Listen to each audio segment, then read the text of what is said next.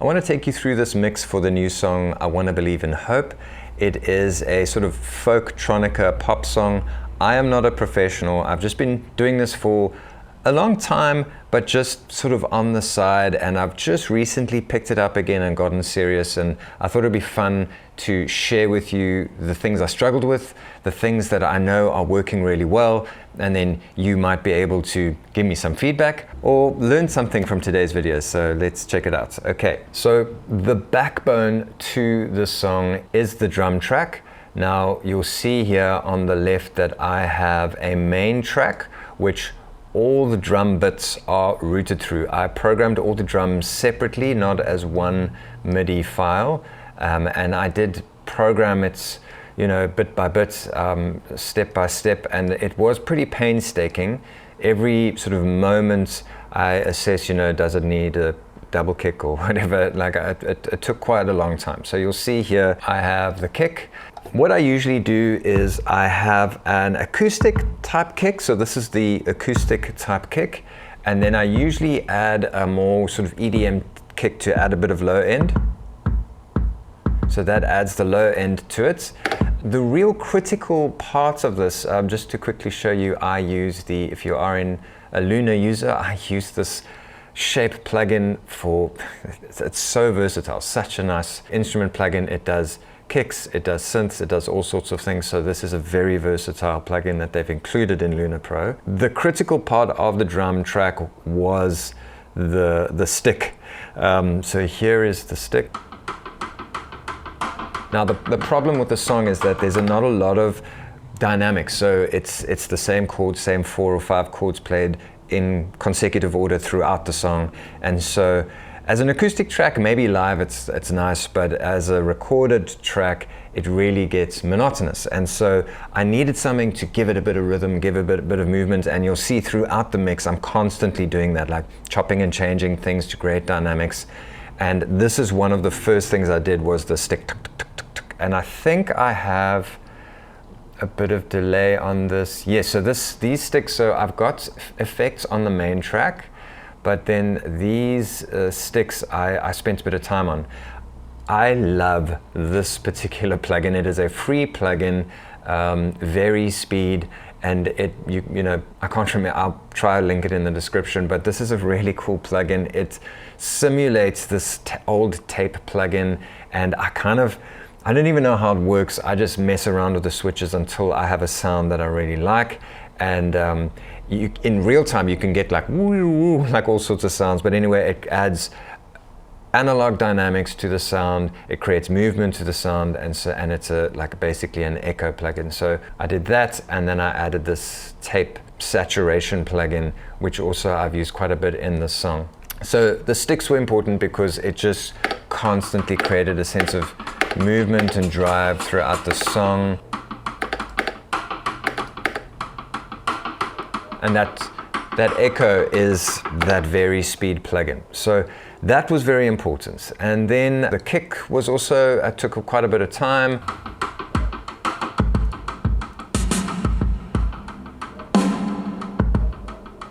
So now there, what you'll see is you'll see these, the snares, you'll see the volume change. Just watch. What I did throughout the song, especially here in the drums, I spent time varying the volumes of the different. So here I had 2 snares with different sounds, I had 2 kicks with different sounds, and I brought them in and out throughout the song again to create dynamic and movement. So I've got slightly different sounds on the snare, I think I did different effects on some of them. Specifically with the snare, I messed around with the reverb. Universal Audio has a lovely plate reverb, and I see I've messed around with the timing on these 2 different snares to give them a little bit of a different dynamic. So we've got this snare, like a real 80s pop snare. And there's a little bit more of a rock snare, and so I brought them in and out to create dynamic throughout the song. Alrighty, the next critical element of the song, I really wanted an arpeggiated synth throughout the song. I wanted that sort of 80s style that I started to bring out in the drums. I wanted it to be in the synths, and so I built an arpeggiated synth. I was messing around with the arpeggiator in Luna Pro, and I just wasn't happy with the arpeggiation sounds I was getting. And I'm not a professional at using these fancy arpeggiators, so what I did was I sat and I built my arpeggiator sound. So let's see if I can just solo that.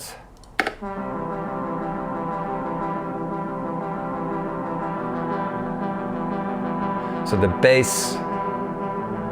bass note is changing with the chords. It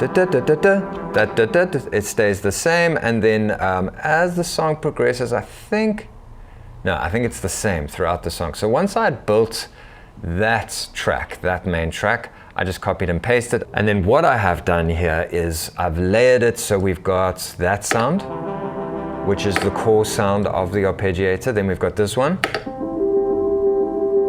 which is more of a pretty soft tone, and then this, which is more of a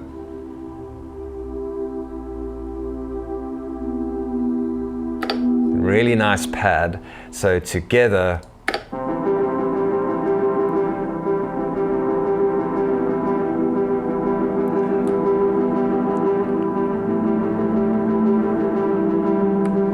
you can see I messed a little bit with the volumes here. At this point I wanted the pad to come in a bit more here and there, a little bit of dynamics, but mostly it's just that core synth, the main synth I called it. You'll see here I called it the main synth. The main thing that I did was I routed all of these 3 synths through this track here, and then I automated the volume throughout the song. Here I've actually brought the synth out, and it just creates a progression of the song. Again, monotonous like the chords on the acoustic guitar where I wrote it, but the arpeggiator was creating a bit of rhythm. But again, I had to bring it in and out, otherwise it was going to get very monotonous and a little bit irritating. Yeah, and then certain parts I've brought, certain like this section, I've brought this synth in a little bit more just to create a little bit of difference, but I've also mostly just managed the volume so that it's coming in and out throughout the song and creating that sort of stability throughout the song. Okay, then we'll quickly talk about the bass. I'll take you through some of the plugins on the bass. I've got 2 bass tracks here. The top one is the main bass track, which follows the kick. I've actually used a Waves plugin called Curves Resolve, which you sidechain the kick into it, and it will then listen to the kick and create a scoop for the kick drum. So it'll scoop out the frequencies that are fighting with the kick drum. So very nice to create that little pocket for your kick drum, so that the bass, if you listen to the track, is sounding great, but it's never interfering with the kick. So that's cool. So I've used that. In terms of the bass itself, I've again used the shape, just a compressed DI, just a great like classic sounding bass. And then so here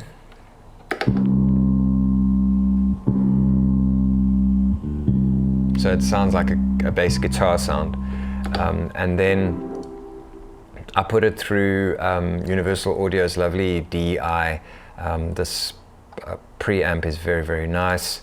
And then again, I've used this on the drums as well. So what happened was, through processing, I lost a lot of bass low end, and I like a nice bass rumble in my tracks once it's playing on Spotify. So this little plugin went to market, and I used it. It's currently a demo. I've got 14 days left.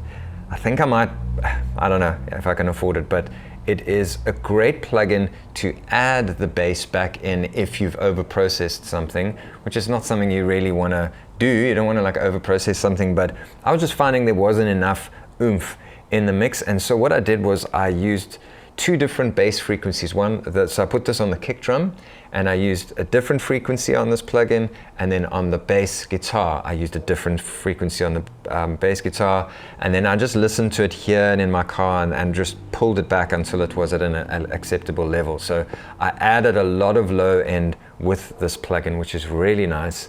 And then a model of like such a classic outboard effect is this Galaxy Tape Echo, and I use this a lot just to create a bit of dynamic on on tracks, and it causes something like here, the bass, to just be more glued into the mix. So if we listen, take it off. So it sounds great on its own, but in the mix it's too much. And this just glues it into the mix a little bit. Very nice. And so very basic, just follows the kick drum. The bass too, this is where things get fun and interesting, is I wanted a serious growl. I wanted this part of the song to be very emotional and a little bit angry.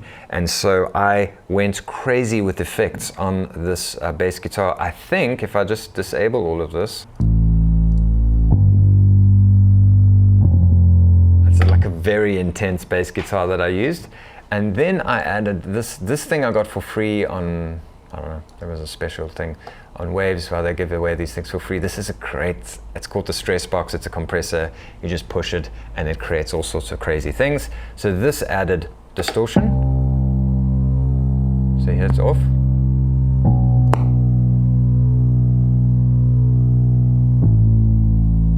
Very cool. Then I added, this is really where the craziness starts it.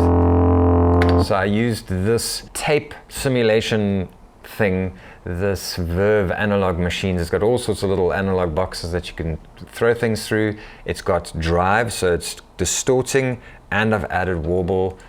I was just thought of the plugins that are going to create the craziest effects. So there, and then I added a guitar amp to it. I don't even think these are bass guitar amps. I just wanted lots of distortion. So there, and then I added my vary speed. So that creates like a chorusy echo effect. And then what was this? And then I added the bass back in, because I lost a lot, with all of that I lost a lot of low end. And then just my curves to carve it out of the kick drum. So in the mix, broken all my faith, and I don't anymore. Just adds this anger throughout that part of the song. Now, the retro side of it, like the 80s theme of the song, carried through to the synths. Now that I'm looking at the track, it's actually quite simple. Like there's not a lot of tracks. It is using a lot of processing power because it's all plug-in instruments, but I remember having a lot more synth. So I went through a lot of sounds to get to this point. So for anyone that's like starting out, I think the thing that used to hold me back was I wanted to just find a thing and add it. Sit with something for a while, play it in your car, and you'll end up either liking it or disliking it. You'll be like, oh, this is actually a little bit irritating. When you have that feeling, just change it up. And so that's what I did here. So the first one I want to show you is the retro stabs.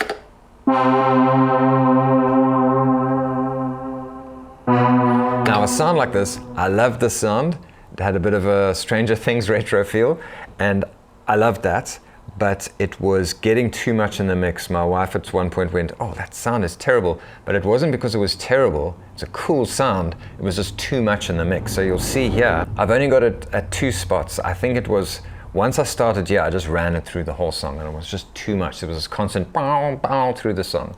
So now I've also pulled it out. So this is my volume automation here, as you can see. And so I've pulled it in and out of the mix. Here I've completely removed it again. I could have deleted it again, but just adding that retro vibe without getting overpowering in the song. So here we go.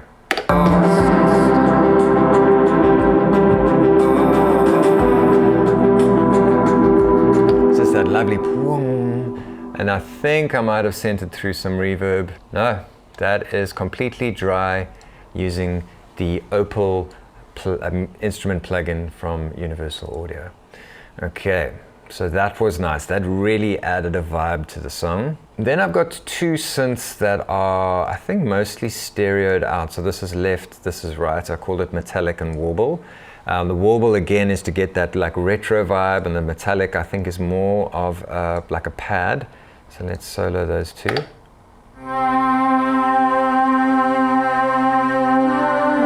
So that's like a retro pad that I had. Here's the metallic, and then the warble.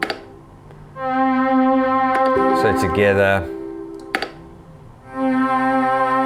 just creating a retro warble pad, and I only had it in this part. So in the chorus. Yeah, so it's in a chorus, then I removed it completely. And only actually brought it back right at the end, so that's interesting. And then for the ending, a lot of work went into that ending little bit, that little lead break at the end where there's no vocals. I've got this beautiful Moog synth which they added to Luna Pro. Just a lovely thing. So this I added to the that repetitive lead break synth which I'm going to show you now, just to add a little bit of oomph at the end. Again, such a cool retro vibe. That was to go over the what I called the synth break. So you'll see here I want it to be like a lead break. So you'll hear it's very thin because I wanted to cut through the mix, and I didn't want it to add any low end. I wanted it to sit on top of the mix and sparkle through the end of the song. So you'll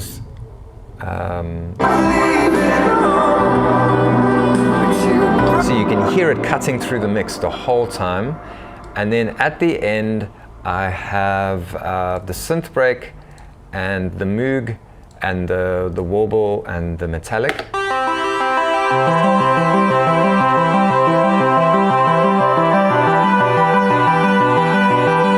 So you got the lead break, you still got the chords played by the metallic and warble, and then you've got the end Moog also playing the arpeggiation.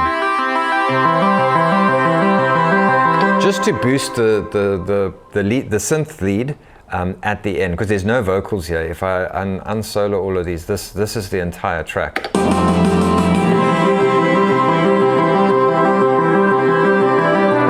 Just wanted to be this like dramatic ending pause to the song. So that's the synth break. The synth break was also on the Polymax synth. And I've added a plate reverb, and I've used a delay on there. Remove those effects. Reverb. Delay. So that's that, and then I was constantly playing around with synths, and I came up with what I called the bell synth, and this, I just loved the sound of it. I liked the cuteness and the softness of it, like sort of like this cute, gentle synth backdrop by this very angry song. And so I dropped this in throughout the song. So here, I don't think you really hear it. The nice thing is it's a different frequency range to a lot of the other things happening. So it cut through the mix quite a bit and just adds a little bit of a vibe.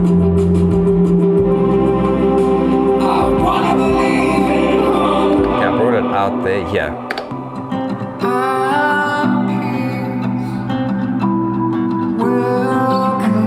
Lovely little bong bong bong through the thing, and that was using the shape instrument plugin. So a lot of the things I used was just that shape instrument plugin. Now, like I said, it's actually really simple because I've got the synths, I've got the drums, I've got the bass guitar, still need to record my wife's backing vocal. And then the drums were basically the percussion, so you've got percussion there in the drums. And then I wrote it on the acoustic, so I did record it in acoustic.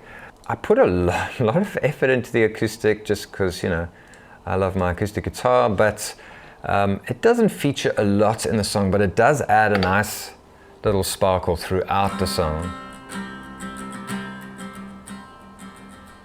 Then it comes out immediately in the beginning and then slowly comes back in.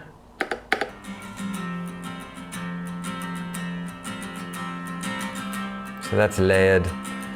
Then what happens here is for the breakdown, I staccato played the acoustic.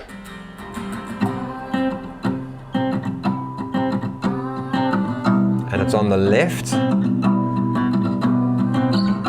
Now this actually sounds quite raw to me. This is just the guitar and a reverb bus. And I want to just mention, this is not a paid ad. This Rode NT1, I think is this the signature edition? These Rode NT1s, since it's not an ad, it feels like an ad, but these are just bloody fantastic. I've been using this Aston Origin mic for quite some time. I had a lovely Rode NTK or something, a valve mic, and I sold it just because I wasn't recording anymore. And then I thought, let's get something that's still decent. And I can't find anyone online who dislikes this mic as much as I do. It doesn't seem to work for anything. This mic is like half the price, and that acoustic guitar sounds fantastic, and I didn't process it. I think I might have put an EQ on it. But so many times throughout the song, this is the first song that I've used this mic on, and so many times throughout the song, I just was like, I forgot that I needed to put processing on because it sounded so good. So for acoustic and vocals, the Rode NT1 really is just a fantastic, fantastic mic. I can't praise it enough. You know, a family member he's lent me the Audio-Technica mic that Billie Eilish recorded Ocean Eyes on, and the NT1 is just better. It's just better.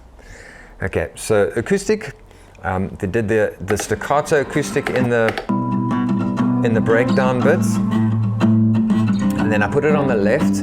And then I'm just a sucker I love Lizzie McAlpine, and I'm a sucker for a crunchy electric guitar. And so I brought that in the right here. Whoops. So I brought that in the right here.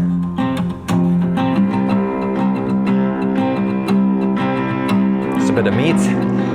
And then that electric plays from there throughout the song and stays on the right, I think. It moves to the center at the end. That I was very careful with because the electric does fight with my vocal. So I was very careful with the electric on the frequencies and that sort of thing. And I think I tried to do a curves resolve to my vocal, but it didn't work. I'm not sure what the problem is there, but I didn't. But anyway, I just EQ'd it, and it's working quite well in the mix. And that's pretty much it. Then it's vocals. I want to reiterate that I'm not a pro, and so, you know, there's a lot of things that I'm doing wrong or using incorrectly, but I just do whatever sounds good to the ear. And I probably should have layered the vocal a bit more, but, you know, I've been working on the song long enough and I want to get it onto Spotify. I have not layered my vocal except for using my Voice Live 3 as a sort of like a vocoder. It has a voice to synth thing, and so you just play the key in the guitar. You can just set the key, and it will turn your voice into all sorts of things. And so I have saved myself a lot of time by using that, because it multiplies my voice, it makes my voice sound like other people. And so instead of layering my vocal, I used that, and I only have 1, 2, 3, 4 layers of vocal. Now, my wife is also doing a bit of a backing vocal, but yeah, that's kind of all I did. So I'm really breaking some rules here. In terms of writing a pop song, you should be layering your voice. Okay, so let's quickly talk about my vocal. Let's talk about the effect chain. I know everybody likes to look at effects chains. So I start with the de-esser. Again, remember, I'm not a pro. I just kind of do what I think sounds good. And I also watched a lot of videos on different guys, bedroom recording artists, professional recording artists, and how they do their effects chains. Then I have my auto-tune from Waves. And then I have this vocal rider from Waves, which is really nice because it saves you a lot of time. It just levels out the volume of your vocal. I have a very dynamic vocal. This is something I've struggled with throughout the years that I've been recording my voices. It's very difficult to mix my voice, and so this vocal rider has literally saved me hours of time. Then I have this RVox compressor, which again, I think it's another Waves one, and a very nice voice compressor. And then I heard that this is a good saturator for a vocal, you know, after all the processing, give it a little bit of life again. And so I tried this and it works quite nicely. Don't really know what it does. I just kind of put on a nice preset vocal enhance and off I went. And then I have an LA2A at the end here just to finish it off. And then I have my vocal bus. My vocal bus is purely reverb, and I think it's mostly big reverb. I usually use a short reverb and a long reverb, so I'm not sure what I did here. Yes, so a short reverb and a long reverb is what I used here. It's free reverb there. So that's where I'm sending it to. But then I have added, because what I did was throughout the song, I removed the vocoder layer and added it again. And there were certain points of the song where my voice just felt a little bit thin. And so I added another reverb here, and I've automated this reverb here. This sounds like I'm like super professional, but I really am not. There's Valhalla bypass. Okay, so all I did was I automated the bypass, and here it's off. Here it's on, there it's off again, here it's on again. Yes, so there it's on. So it's just to add a little bit of like a layer, because I haven't layered my vocal, that just added a little bit of meat to my vocal when it was dry, without any other layers underneath it. So that was the little trick that I got used in the moments where my vocoder layers weren't boosting my vocal a little bit. My vocal sounds like this. You believe in Jesus, but I don't believe in all. I wanna believe in hope, but you've broken all my faith and I don't have. That reverb is lingering a little bit long, but anyway. I wanna believe in hope, but you've broken all my faith and I don't have any more energy inside of me. Okay, now the vocoders. So on the Voice Live 3, I added a synth effect to my voice. So the first vocoder sounds like this. I wanna believe in hope. What it did was it also added to the anger of the song. So at the end here, this is a different vocal line to what I'm singing in the chorus with the normal vocal. And then this is just repeating the normal vocal, but with the vocoder on. And so it just sounds so... I wanna believe in hope, but you've broken all my faith. So it just... the over compression is just creating these little pops and clicks, and it just sounds very angry, and I really like that. I wanna believe in hope, but you've broken all my faith. So there's a low and high vocoder there, and that's really it. I have the drums at the top here, I have my bass guitar, which I messed around with. I got the angry bass, that's not being used. I have the bell, a whole, you know, all the synths. That was like the key to the song, were the synths, and the bass synth, the arpeggiated synth, which carries the whole song. A few vocal layers. Once, now that I'm reviewing it, I realized I was almost a little bit lazy here, but it just sounded good, and so I stopped.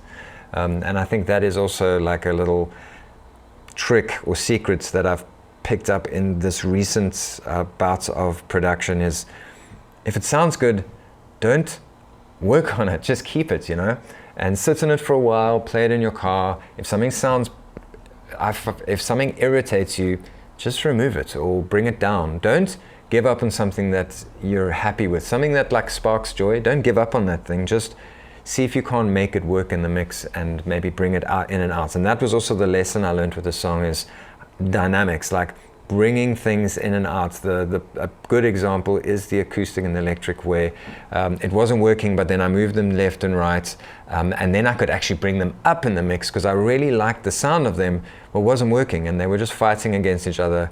Panned it left and right, raised them in the mix, and now it's got this great, like, now I have this feature of the acoustic guitar and the electric in the song, and then they kind of blend in for the rest of the track.